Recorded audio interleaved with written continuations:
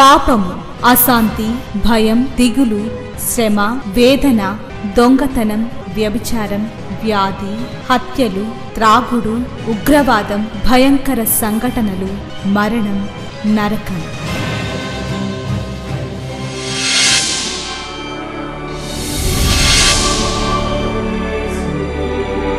సిలువలోనే పాప క్షమాపణ, పరిశుద్ధ జీవితం, ప్రేమ, వాక్య ధ్యానము, నెమ్మది, సహవాసం, నిత్య జీవం. శాంతి సోపానాలు, ఇవి శాంతి ప్రదాత బోధలు. చీకటిలో ఉన్న ప్రజలకు గొప్ప వెలుగు కలుగుటకు, చీకటిలో ఉన్న ప్రజలకు గొప్ప వెలుగు కలుగుటకు, చీకటి నుండి వెలుగునకు నడిపించే సోపానాలు. శాంతి సోపానాలు కార్యక్రమానికి మిమ్మల్ని ప్రేమతో ఆహ్వానిస్తూ ఉన్నాను. ఈ కార్యక్రమాలు మన జీవితాలను వ్యక్తిగతంగా దేవుని యొక్క సన్నిధిలో పరిశుద్ధాత్మ యొక్క ప్రసన్నతతో పరీక్షించుకోవటానికి సహాయం చేయాలని కోరి ప్రార్థిస్తూ ఉన్నాను. ఈ సంవత్సరం అంతా కూడా గతించి చివరికి వచ్చేసాం కదండి. అయితే ఒక్కసారి మనం మన జీవితాన్ని పరీక్ష చేసుకుందాం. ఈ సంవత్సరం ఆరంభంలో చాలా సంఘాలు, మీరు కూడా హబక్కూకు రాసిన పత్రిక 3వ అధ్యాయం 2వ వచనం 2వ లైన్లో, యెహోవా సంవత్సరములు జరుగుచుండగా నీ కార్యము నూతనపరచుము, సంవత్సరములు జరుగుచుండగా దానిని తెలియచేయము అనే మాట దాదాపు అందరూ కూడా సంవత్సరం ఆరంభంలో ధ్యానం చేసి ఉండుంటారు. నేను మీకు ఈ మాటలు చెప్పకముందు నన్ను నేను కూడా పలు విధాలుగా పరీక్షించుకొని నా అనుభవం లేక మీతో కొన్ని విషయాలు ముచ్చటించాలని అనుకుంటా ఉన్నాను. వాక్యాన్ని ఆధారం చేసుకునే అందరం ప్రార్థించుకున్నాం కదూ. నూతన సంవత్సరం ఆరంభంలో 2023 జనవరి 1వ తారీఖున హ్యాపీ న్యూ ఇయర్ అని చెప్పుకుంటారు. సంవత్సరం జరుగుతూ ఉండగా మీ కార్యాలు నూతనపరచండి నా జీవితంలో అని ఇంచుమించు చర్చికి వెళ్ళిన వాళ్ళందరూ కూడా ప్రార్థించుకొని ఉండుంటారు. అయితే నన్ను నేను పరీక్షించుకున్నవే మీకు ఒక సాక్ష్యంగా చెప్తా ఉన్నాను. ఎంతవరకు మన జీవితం నూతనపరచబడింది, ఎంతవరకు ఆత్మీయంగా నూతనపరచబడ్డాం, ఎంతవరకు దేవునికి దగ్గరగా మనం ఇంకొంచెం రాగలిగాం. ఈ సంవత్సరం ఒక సంవత్సరానికి 365 రోజులు. ఈరోజు 27వ తారీఖు, అంటే ఇంకొక 3 రోజుల మధ్య 31లోకి వెళ్తాం. 4 రోజులు గ్యాప్ ఉందనుకుందాం 1వ తారీఖుకి. ఇన్ని 361 రోజు అనుకుందాం. 361 రోజులు అనుకుంటే 361 గంటలైనా దేవునిలో గడిపామా అంటే రోజుకి 1 గంట. ఎన్ని గంటలు మనం దేవునిలో గడిపాము? 361 రోజులు అయ్యాయా? ఒకవేళ 2 గంటలు గడపగలిగామా?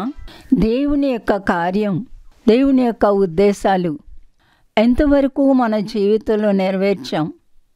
ఈ సంవత్సరం ఏ విషయాలకు నూతనంగా ఎదగగలిగాం? ప్రార్థనలో ఎదగగలిగామా? మనం ప్రార్థనలో ఎదగగలిగామా? దేవుని కొరకు ఒక సాక్షార్థమైన జీవితంలో ఎదగగలిగామా? దేవుని యొక్క చిత్తం చేయడం మన జీవితానికి ఒక గురిగా ఏర్పాటు చేసుకొని అన్ని విషయాల్లో దేవుని ఆనందం కొరకు జీవించగలిగాను అని ధైర్యంగా చెప్పగలమా? ఎన్ని విషయాలు జీవితంలో నూతనమయ్యాయి. కుటుంబాల్లో ఎలా జీవించాం, ఎంత ప్రేమను పంచాం. మన విసుగులు, మన కోపాలు, మన ద్వేషాలు, మన తొందరపాటులు, మన ఆవేశాలు ఎంతవరకు తగ్గించుకున్నాం. చాలాసార్లు క్రైస్తవులు పెదాలతో ప్రార్థన చేసుకుంటారు, కానీ అది జీవితంలో అన్వయించుకోవాలి లేక ప్రాక్టీస్ చేయాలి అనే విషయం అర్థం కాకుండానే జీవిస్తూ ఉంటారు. ఈ సంవత్సరంలో ఎన్ని నూతన కార్యాలు మనం చూసాం. నేను మాట్లాడేది ఈ లోక విషయాల కొరకు కాదు. బైబిల్ ఈ లోక విషయాల్లో అభివృద్ధి కొరకు వ్రాయబడలేదు. ఒక ధనవంతుడికి విస్తారంగా పండితే ఓరి వెర్రివాడ అన్నారు. సొలొమోను చాలా జ్ఞాని, చాలా ఐశ్వర్యవంతుడు, కానీ ఎన్నో సామెతలు రాశాడు. స్త్రీలను గురించి జాగ్రత్తగా ఉండాలని వ్రాశాడు. అతని జీవితం అతను రాసిన ఆ మాటలకు సరిపోదు కదా. దేవుడే వచ్చి 2 సార్లు హెచ్చరించినా సొలొమోను పశ్చాత్తాపపడ్డాడు అన్న మాట మనకి దొరకదు. అలాగని నేను సొలొమోన్ని విమర్శించడం లేదు. చాలాసార్లు క్రైస్తవులు, అక్కడక్కడ సేవకులు మాట్లాడే మాటలకు, చేసే ప్రార్థనలకు జీవితానికి పొంతన ఉండదు. సంవత్సరాలు జరుగుతూ ఉండగా కార్యం నూతనపరచండి అని మొదటి రోజు ప్రార్థించుకోవడం తేలికే. ప్రతి నెల కూడా పరీక్షించుకోవాలి, ప్రతిరోజు పరీక్షించుకోవాలి. హృదయంలో ఎక్కడ ఎలాంటి పాపం, ఆవేశాలు, దేవునికి అయిష్టమైన మాటలు దొర్లకుండా చూసుకోవాలి. ఒకవేళ పరిస్థితులను బట్టో, మనకి ఎదురైన ఒక సవాల్ని బట్టో తొందరపాటున మనం ఏదైనా మాట్లాడితే వెంటనే ఆ విషయం సరిదిద్దుకోవాలి. వెంటనే ఆ పాపం నుండి కడగబడాలి.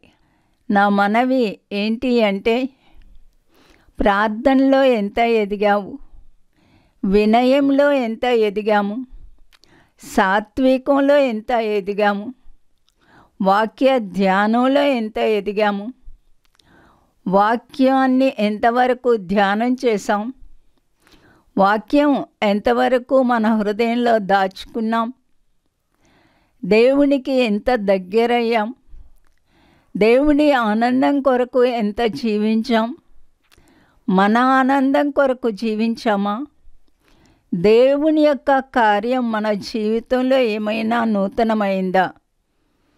ఇలా ఆలోచించుకుంటే బాగుంటుంది కదండి. మన ఆత్మీయమైన జీవితాన్ని మనమే పరీక్ష చేసుకోవాలి. ఇతరుల యొక్క జీవితం, ఇతరుల యొక్క తీరు, వాళ్ళని గురించి మాట్లాడమంటే చాలామంది అవలీలగా మాట్లాడేస్తారు. అది నిజమో అబద్ధమో కూడా ఆలోచించరు. గతం మీద ఆధారపడి మాట్లాడతారు.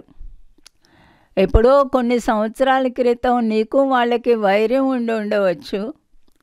అవతల వ్యక్తి మారుమనసు పొంది దేవుళ్ళో జీవిస్తూ ఉన్నా కూడా గుడ్డిగా ఇంకా ఆ పాత తలంపులు, జ్ఞాపకాల్లోనే యువతల వ్యక్తి బతుకుతూ ఉంటారు. దేవుడు తన కార్యం మన జీవితంలో నూతన పరచడానికి ఎంతవరకు మనం దేవునికి అవకాశం ఇచ్చాం, ఎంతవరకు పరిశుద్ధాత్మకు లోబడి బ్రతికాం, ఆత్మను దుఃఖపెట్టామా, ఆత్మను ఆర్పుకున్నామా, అసలు మారుమనసు పొందామా? మనకొచ్చే కష్టాలు, దుఃఖాలు, బాధలు, శ్రమలు కుటుంబీకుల నుంచి, బిడ్డల నుంచి రావచ్చు, ఇరుగు పొరుగు వారి నుంచి రావచ్చు, మనం పనిచేసే స్థలంలో రావచ్చు.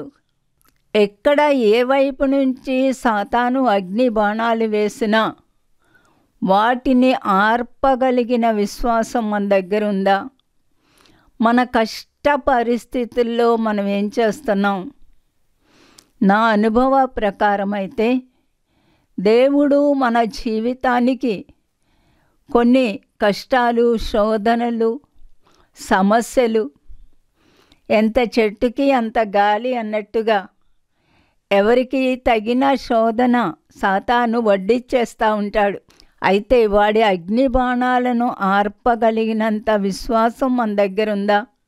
లేక ఒక సమస్య వచ్చినప్పుడు బెంబేలి పడిపోతూ ఉన్నామా? ఎవరు ప్రార్థన చేస్తారని తడుముకుంటున్నామా? మనం జయించే సమస్య తప్ప వేరొకటి దేవుడు మన దగ్గరికి రానివ్వరు. కొంతమందికి బిడ్డలు బాధాకరంగా ఉంటారు, కొంతమందికి ఆర్థిక సమస్యలు ఉంటాయి, కొంతమందికి కొన్ని పరిస్థితుల్లో దిక్కుతోచదు. కానీ అన్నిటికీ చాలిన దేవుడు మన యేసయ్య. ఆయన మనకు తోడుగా ఉండడానికి ఈ లోకానికి వచ్చారు. మనలో ఉన్న దుష్టత్వాన్ని, దుష్ట మనస్సును, తప్పుడు ఆలోచనలు, అలవాట్లు, దేవునికి వ్యతిరేకమైనవి కాంక్షించడం, ఇహలోకంలో ఉండే చెత్త చెదారం, బూతు, అసహ్యమైనవి కోరుకోవడం, ఇవన్నీ కూడా దేవునికి వ్యతిరేకమైన కార్యాలే. ఇవన్నీ కూడా మనం జయించగలిగితేనే దేవుడు తన కార్యాన్ని మన జీవితంలో నూతనపరుచుకుంటారు. 2వ వచనంలో సంవత్సరములు జరుగుచుండగా దానిని తెలియచేయము. దేనిని తెలియచేయాలి? దేవుని యొక్క కార్యం, అంటే దేవుని యొక్క మనసు, దేవుని చిత్తం, దేవుని ఆనందం, దేవుని ఉద్దేశం. దేవుడు నా కొరకు ఆయన హృదయంలో దాచుకున్న ఒక కోరిక నేను ఎంతవరకు చూడగలుగుతూ ఉన్నాను? మీరు ఎంతవరకు చూడగలుగుతూ ఉన్నారు? పిల్లలు ఉన్న తల్లిదండ్రులకు, లేక కుటుంబంలో అక్క, చెల్లి, అన్న, తమ్ముడు, ఒక్కొక్కరి పట్ల ఒక్కొక్క ఆశ ఉంటుంది. ఏదైనా అవసరం ఉంటే మా తమ్ముడు వస్తారండి, మా తమ్ముడు నాకు ఏ పైనైనా చేసి పెడతాడు అని చాలా ధీమాగా అనుకుంటాం. కొంతమంది పిల్లలు అనుకుంటారు, మా నాన్న అడిగితే నాకు ఏదన్నా చేసి పెడతారు. అది ప్రేమ, అది తండ్రి ప్రేమ. మా అమ్మ చాలా ప్రార్థనా పర్రాలు. మా అమ్మ నా కోసం ప్రార్థన చేస్తూ ఉంటే నేను ఏదైనా చేయగలను అనే ఒక భరోసా తల్లి పిల్లలకి ఇవ్వగలగాలి. పిల్లలు తల్లిదండ్రుల్ని ప్రేమించే వాళ్ళుగా ఉండాలి. ఈ రోజుల్లో కొంచెం చదువుకొని కొంచెం పైకి వచ్చిన వాళ్ళకి కన్ను మిన్ను కనపట్లేదు. మీకేం తెలీదు, ఊరుకోండి, అలాగా కూర్చోండి, మీ శకం వేరు మాకు శకం వేరు అనే పిల్లలు ఉన్నారండి. అలాంటి పిల్లలుగా మీరుండకూడదు. తల్లిదండ్రులను ఎవరు కూడా క్షోభ పెట్టకూడదు. అది మీకు ఆశీర్వాదం కాదు. సంవత్సరం జరుగుతూ ఉండగా 2023 ఆరంభించాం కదూ, చివరికి వచ్చేసాం. 2023 ఆరంభించాం కదూ, చివరికి వచ్చేసాం. ఈ కొన్ని రోజులు మనల్ని మనం పరీక్ష చేసుకుందాం. 2 రోజుల క్రితం క్రిస్మస్ అనేది సెలబ్రేట్ చేశారు. కొంతమంది అడుగుతారు, పండగ ఎలా చేసుకున్నామని. అది నీకు పండగ అయితే ఒక్కరోజుతో అయిపోతుంది. క్రిస్మస్ పండగ కాదు. యేసు ప్రభు ఈ లోకంలో అంధకారంలో వెలిగివ్వడానికి వచ్చారు. ఆ సత్యం గ్రహించి ఆశ్చర్యకరమైన వెలుగులోనికి మనల్ని తెచ్చిన ఆ దేవునికి వందనాలు తెలియచేశారు భక్తులు. క్రిస్మస్ చాలా వేళాకోళం అయిపోయింది కదూ. ఈ రోజుల్లో బట్టలు, తిండి ప్రాముఖ్యమైపోయాయి. అలాంటి దినంగా మీరు ఆచరించి ఉంటే దేవుని క్షమాపణ అడగక తప్పదు అనుకుంటాను. ఓ క్రిస్మస్ తాతను తయారు చేసి సరిగ్గా ప్రసంగం మధ్యలో వదులుతారు. ఇలాంటి వేడుకలు క్రిస్మస్కి సంబంధించినవి కావు. అవి మనుషుల యొక్క ఆనందం. ఎలాగా గడిచిన దినాల్లో గడిపాం? దేవుని ఆనందం కొరక, నీ ఆనందం కొరక? ఈ కొద్ది రోజులు దయచేసి ఈ కార్యక్రమం చూసే ప్రతి ఒక్కరూ ప్రార్థనాపూర్వకంగా గడపమని మనవి చేస్తున్నాను. గడిచిన దినాలన్నిటి కొరకు పశ్చాత్తాపపడవలసి ఉంటే పశ్చాత్తాపపడాలి. ఎన్ని మోసాలు చేశాం, ఎన్ని కేకలు వేశాం, ఎంతమందిని అవమానపరిచాం, బాధాకరంగా మాట్లాడాం. అవన్నీ కూడా దేవుని దగ్గర ఒక దినం ఒప్పుకుంటూ మనల్ని మనం పరిశుద్ధపరచుకోవలసిన సమయం. నిజంగా నా జీవితం ఎలా ఉండాలని మీరు సృష్టించారో, నా జీవితం ఎలా ఉండాలని మీరు కోరుకుంటున్నారో, నా హృదయం ఎలా ఉండాలని మీరు కోరుకుంటున్నారో అలాగా నా హృదయాన్ని మీరు స్థిరపరచండి. అయోగ్యమైనది ఏది కూడా నేను చెయ్యకుండా, దురభిమాన పాపంలో పడకుండా నీ సేవకుణ్ణి ఆపండి అని దావీదు గారు ఎంత చక్కగా ప్రార్థన చేశారు. నేను కూడా తరచుగా ప్రార్థన చేసుకుంటూ ఉంటాను. ఎక్కడైనా జారిపోతానేమో, ఎక్కడైనా దేవునికి అయోగ్యమైన ఒక మాట నా నోటి వెంట వస్తుందేమో, నా తలంపుల్లో ఎక్కడ తప్పిపోతానో, నాకు ఎదురు వచ్చే అనేకమైన సవాళ్ళు, దాడులు, అనారోగ్యాలు, తొందరపాటులు ఒక్కొక్క గంటలోనే లేకపోతే ఒక పూటలో ఎన్నో చేయాల్సి ఉంటుంది. ఆ తొందరపాటులో ఎక్కడైనా ఒక మాట మాట్లాడి మిమ్మల్ని నేను పరుస్తానేమో, దురభిమాన పాపంలో పడకుండా నన్ను ఆపమని ప్రార్థించుకుంటూ ఉంటాను. ఎంతసేపు లోకంలో ఇది ఇవ్వండి, అది ఇవ్వండి, ఇది చెయ్యండి, అది చెయ్యండి, ఈ సహాయం చేయండి, ఆ సహాయం చేయండి. దయచేసి అది ప్రార్థన కాదు. మనం ముందు మన ఆత్మీయమైన విషయాల కొరకు ప్రార్థించుకోవాలి.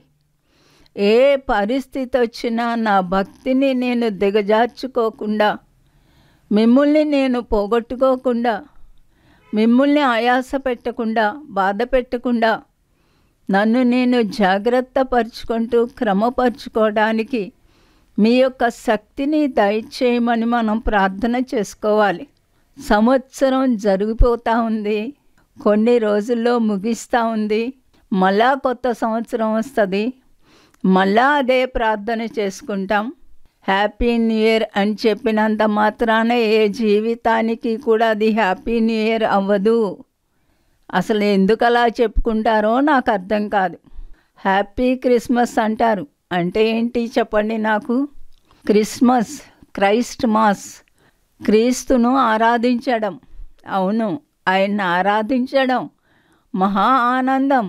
కానీ ఒక్కరోజు మనం ఆనందించాం. సంవత్సరం పొడుగునా మనకి క్రిస్మసే. సంవత్సరం పొడుగునా యేసు ప్రభు జన్మించినందుకు మనం ఆయన్ను స్తుతిస్తూ ఉంటాం. ఆయన ఈ లోకానికి రాకపోతే మన జీవితాలకు వెలుగు లేదు, రక్షణ లేదు. మరణపు నీడలో కొట్టుమిట్లాడేవాళ్ళం. దేవుని రాక ఈ లోకానికి వెలిగిచ్చింది. మీకు దేవుడు తెలియకపోయినా, యేసంటే ఎవరు అర్థం కాకపోయినా, ఒకరోజు తీర్పు ఉంది.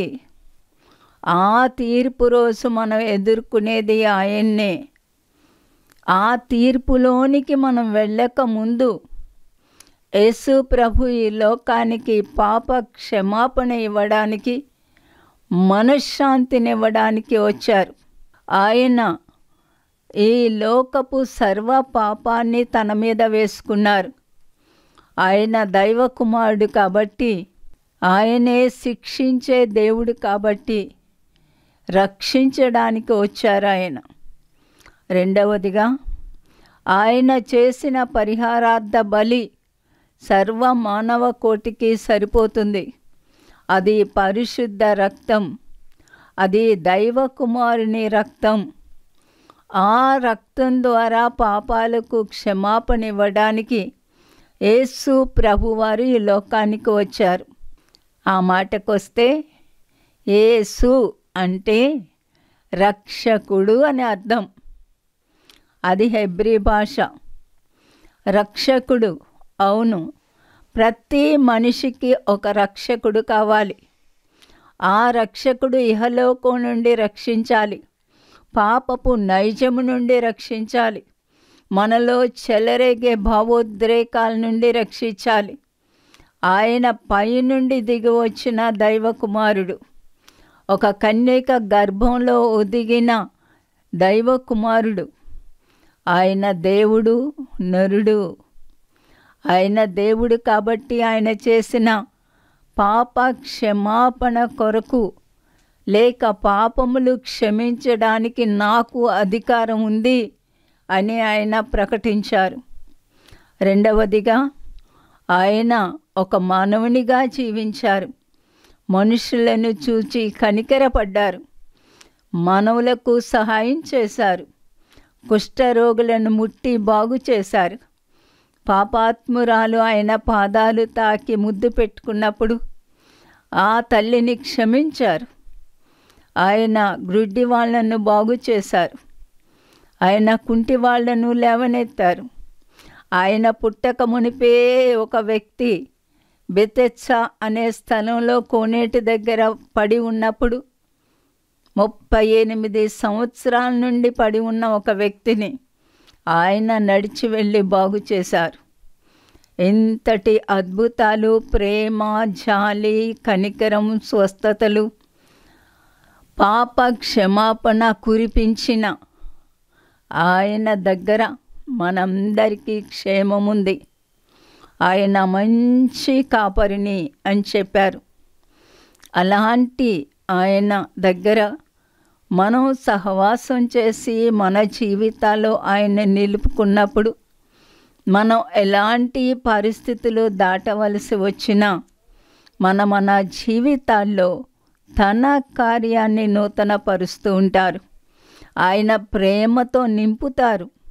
ఎవరినైనా సరే అవలీలగా ప్రేమించగలిగిన హృదయం, త్యాగం చేసే హృదయం, సహాయం చేసే హృదయం, ఆ హృదయాన్ని ఆయన మనకు ఇస్తారు.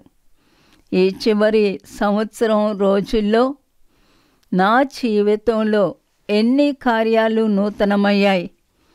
ఎక్కడ నేను నిలిచి ఉన్నాను, దేవుని సన్నిధిలో నేను ఎక్కడ నిలబడగలను, ఏ స్థాయిలో నిలబడగలను, ఒక విధేయత చూపించిన వ్యక్తిగానా ఈ సంవత్సరాన్ని నేను ఎలా ముగిస్తున్నాను అని మనం ఆలోచించుకొని జాగ్రత్త పడాలని మనవి చేస్తూ ఉన్నాను.